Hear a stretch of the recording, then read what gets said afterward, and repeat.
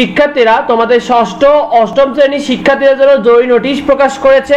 তোমাদের নোটিশের মাধ্যমে যে বিষয়গুলো তারা নিশ্চিত করেছে সেগুলো তোমাদেরকে জানিয়ে দেব। শিক্ষার্থীরা, নোটিশ বিজ্ঞপ্তিতে রয়েছে যে তোমাদের ষষ্ঠ ও অষ্টম শ্রেণী অনেক শিক্ষার্থীরা কিন্তু অনলাইনের রেজিস্ট্রেশন থেকে বাদ পড়েছে।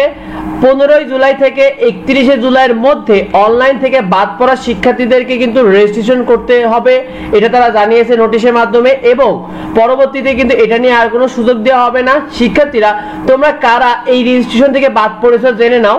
দেখো, তোমরা যারা ষষ্ঠ ও অষ্টম শ্রেণীর শিক্ষার্থীরা রয়েছো তারা স্কুলে যারা তথ্য ফর্মটি পূরণ করনি, অর্থাৎ তোমাদের একটি তথ্য ফর্ম কিন্তু স্কুল থেকে দেওয়া হয়েছিল যেখানে তোমার নাম ছিল, তোমার পিতামাতার নাম লিখতে হয়েছে, তোমার ঠিকানা কোথায় এগুলো দেওয়া হয়েছে, তোমার সম্পর্কে যাবতীয় ইনফরমেশন, অর্থাৎ তোমার রোল কত, তোমার শ্রেণী কি, এই ধরনের একটা তথ্য ফর্ম তোমাদেরকে দিয়েছিল।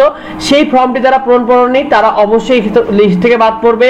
যারা স্কুলে ভর্তি ফি প্রদান করেনি, দেখো তোমরা অনেকে রয়েছে যারা স্কুলে ভর্তি ফি এখনো প্রদান করনি এবং নিয়মিত স্কুলে যাওনি, তারা কিন্তু রেজিস্ট্রেশন থেকে বাদ পড়বে। এবং যে সকল শিক্ষার্থীরা তোমরা যারা অর্ধবার্ষিক পরীক্ষা 2025 অংশগ্রহণ করনি বা করতে দেয়নি, সে সকল শিক্ষার্থীরা কিন্তু রেজিস্ট্রেশন থেকে বাদ পড়ছে। শিক্ষার্থীরা, তোমাদের রেজিস্ট্রেশনে সমস্যা হবে না কাদের জেনে নাও। যে সকল শিক্ষার্থীরা স্কুলে তথ্য ফর্ম জমা দিয়েছিল, অর্থাৎ তোমাদের যে তথ্য ফর্ম, যে পিতামাতার নাম, তোমার নিজের নাম, তোমার ঠিকানা, যাবতীয় কিছু, তাদের সমস্যা হবে না। এছাড়া তোমরা যারা ভর্তি ফি, অর্ধবার্ষিক পরীক্ষার ফি প্রদান করেছো, তাদের রেজিস্ট্রেশনে সমস্যার কোনো সম্ভাবনা নেই। এবং যে সকল শিক্ষার্থীরা অর্ধবার্ষিক পরীক্ষা 2025 অংশগ্রহণ করেছে এবং নিয়মিত স্কুলে গিয়েছো, তাদের রেজিস্ট্রেশন নিয়ে কোনো সমস্যা হবে না।